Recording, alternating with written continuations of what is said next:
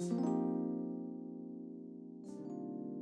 what's up, everybody? Welcome back to the Will and DeShaun Show. I'm your boy Will, and I'm here with DeShaun. DeShaun. How are you? I'm great. How are you? I am doing fantastic. So today, guys, we want to talk about Ed Buck. So DeShaun, you can go ahead and give them the gist of who Ed Buck is. Yes. Democratic donor Ed Buck will be charged in federal court on Thursday with the drug trafficking offense. Buck was in court on Thursday to face felony charges of maintaining a drug house, battery causing serious injury, and administering methamphetamine. His arraignment for those charges was postponed until October 11th. Buck is accused of injecting a 37-year-old man with methamphetamine at his West Hollywood apartment on September 11th. The man suffered a non-fatal overdose.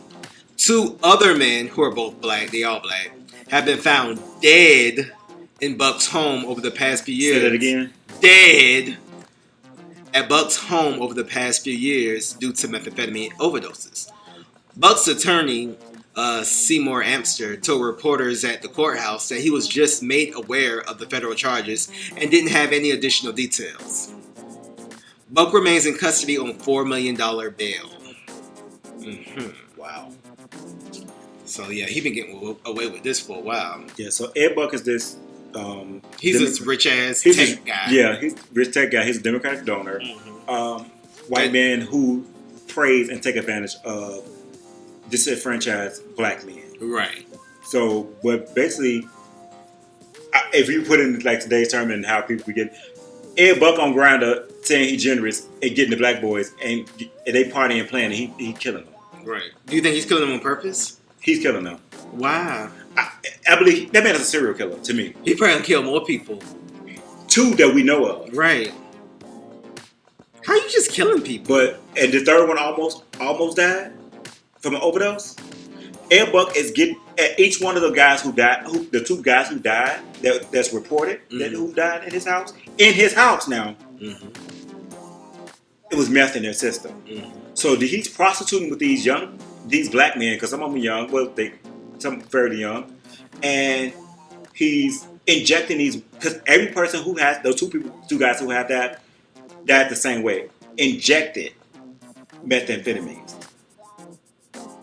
So this would have been the third person would have died from an overdose. Like the first two people he got away with because they quote unquote allegedly died of their own terms by having a drug overdose.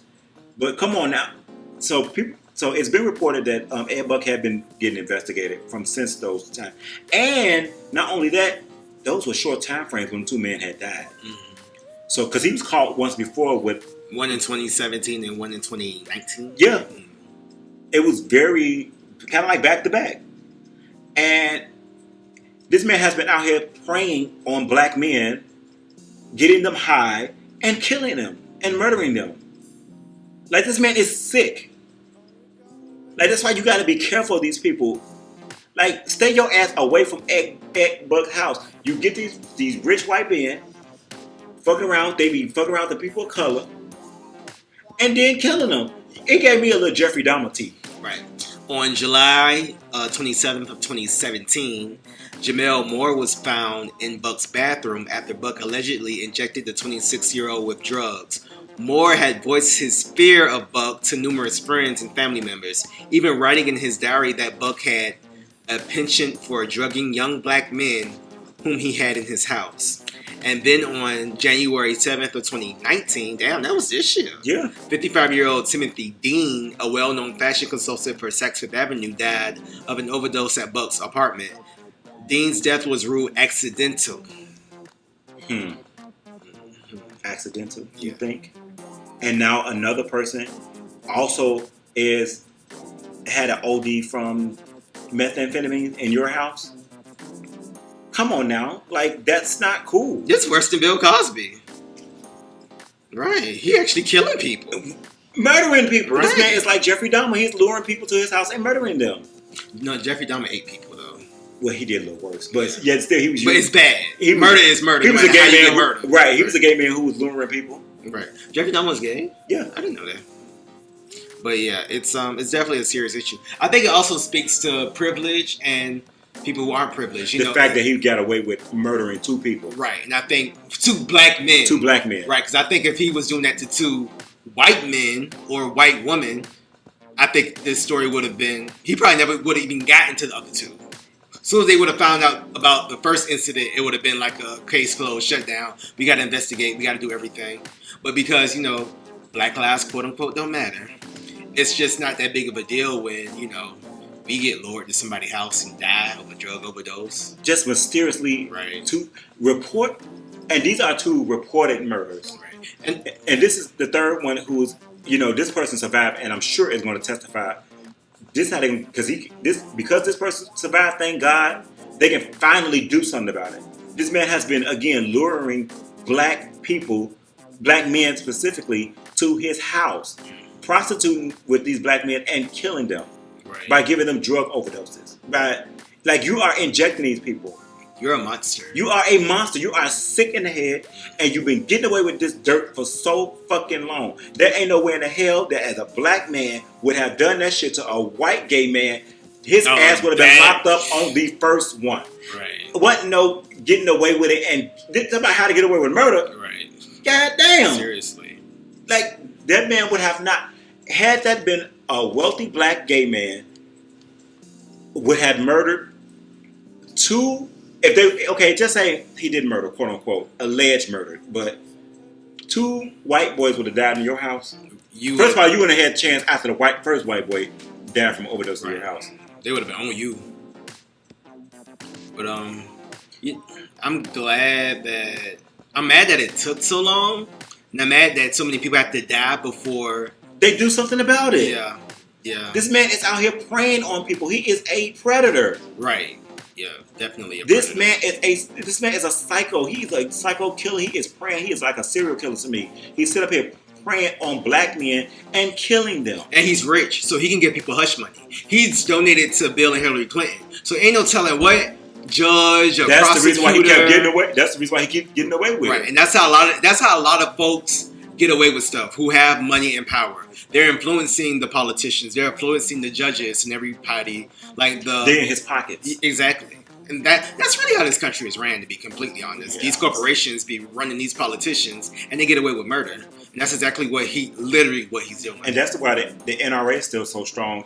But yet we continue to get people killing people with these mass shootings. Right. And they won't do anything about these gun laws. It's all about money, because money is making these politicians who's supposed to have everybody's best interest at heart, it's making them turn the other cheek and not give a fuck. And that's crazy that, again, our lives don't matter where somebody is. They are turning the other cheek on black men who are getting killed. And Ed Buck is not the only person out here doing this. Right. I always say, as soon as you find out about one incident like this, it might be a whole community. And think about all the countless other people he probably have done this to. It might be a whole secret society. And a lot of people end up missing. It's people who end up missing who you never hear about. Of course, you're not going to hear about every single person that ends up missing. But a lot of people, especially black people, end up missing. And, they'll let us start getting into sex trafficking. Right. And all of that. Because that's what, low-key, that kind of is almost. Mm-hmm. So, yeah. Because when the first boy had died, I remember the situation, and they said, I was like, oh my God, he out here tricking. It kind of gave me sex trafficking. I was like, he out here tricking with these young boys and, partying and playing with them and killing them. Overdosing, because here's the thing, here's to get you gotcha. Because he know the boys are drug addicts and stuff like that, and the boy, we on the apps, they see the people, they be having that Tina or T in their profiles and stuff like that. And the people be smoking weed or whatever, matching all this stuff. And that's what he did. But the thing is, he gives them enough drugs, I guess once he's done with them, or they probably tell, or whatever's happened in the situation, whenever it goes bad within their situation with them, he goes and gives them enough drugs to overdose. Why make them overdose? When they say he's an out gay guy. He is an out gay guy, so but it's something else is going on. And apparently he used to be Republican, but then he left that party. He's a registered Republican, but he said he left. They said that he left the party because of the Republican stance on the LGBTQ community, yeah. So if you're out and you just maybe he doesn't want to be seen as someone who likes prostitutes, but the other guy worked at Sex Fifth Avenue, so that's not. So why are you killing these people? Like, why? There's something going on. There's something going on that he don't want to be told. That he don't want to get told. And he's definitely abusing these people.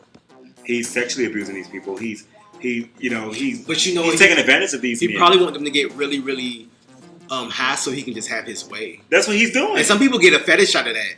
That's what he's doing. Yeah. And that's the reason why he continued. It makes so much sense now for him because that's the reason why he continued to do the same thing he's been doing. Because now he on R. Kelly level with the shit. R. Kelly ain't killed nobody. Yeah, R. Kelly may not kill nobody, but he got away with something. Right. You know what I'm saying? And that's the same thing with him. And he's continuing to do it because he's not getting in trouble for it. Where the documentaries at?